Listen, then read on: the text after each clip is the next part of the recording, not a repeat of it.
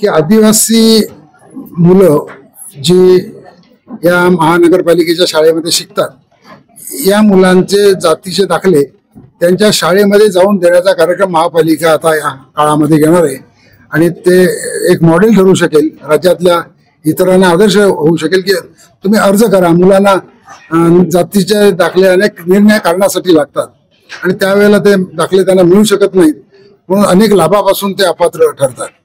ह्या स्वतःच्या initiative proactive स्वतःहून जे महापालिका आणि आदिवासी विकास विभाग काम करणार आहे, त्यामुळे जातीचे दाखले त्यांना शाळेमध्येच मिळणार आहेत.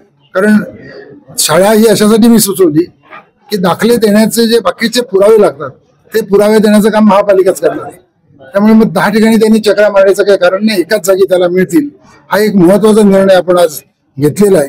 दुसरं, या ठिकाणी 9 मुलं ही अति तीव्र कुपोषित आहेत असं लक्षात आलं. या ठिकाणी पोषण भरण केंद्र सुद्धा आहे, पोषण पुनर्वसन केंद्र भीमसेन जोशी रुग्णालयामध्ये, परंतु त्या ठिकाणी मुलं नाहीत आणि या ठिकाणी जवळपास 130 मुलं ही कुपोषित आहेत. तीव्र किंवा म्हणजे मॉडरेट ॲक्यूट मालनरिश किंवा सिव्हिअरली ॲक्यूट मालनरिश अशी तीव्र आणि अतितीव्र मुलं जर असतील आणि एकही मूल त्या ठिकाणी नाही, हे चित्र विचित्र खूप अवघड आहे. ॲडिशनल कमिशनर पानपट्टे यांच्याकडे जबाबदारी दिलेली आहे की राज्य शासनाचा महिला बाल विकास विभाग, त्यानंतर महापालिकेचा महिला बाल विकास विभाग आणि आरोग्य विभाग यांनी एकत्रितपणे बैठक घ्यायची. तिथे उद्या घेतील आणि दर महिन्याला अशी बैठक घेऊन या मुलांच्या आरोग्याची काळजी महापालिकेने घ्यायची आणि महिला बाल विकास विभागाने घ्यायची आहे. याशिवाय कामगारांचे जे काही प्रश्न होते, या कामगारांच्या प्रश्नावर विशेषतः ग्रॅज्युएटीचा प्रश्न, उपदानाचा, त्याच्याबद्दल निर्णय झालेला आहे की पुढच्या 15 दिवसामध्ये जे राहिलेले 64 ग्रॅज्युएटी होल्डर्स आहेत त्यांना दिलं जाईल आणि नियमितपणे कसं मिळेल या दृष्टीने आपण सूचना दिलेल्या आहेत. या ठिकाणी जे आयुक्त शर्माजी आलेले आहेत ते मला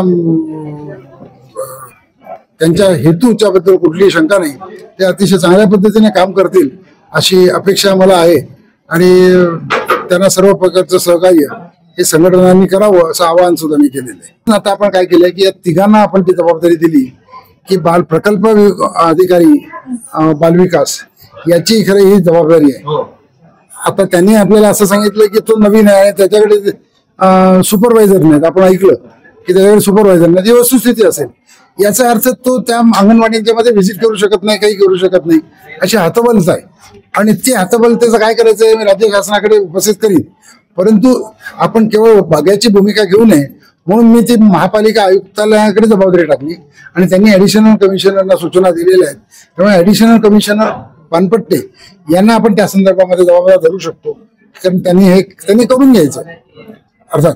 पण हे करून घेतलं नाही आणि इथे जर चुकून एखादा बालमृत्यू झाला तर तो कलंक आहे. त्याची कल्पना आपण त्यांना आज दिलेली.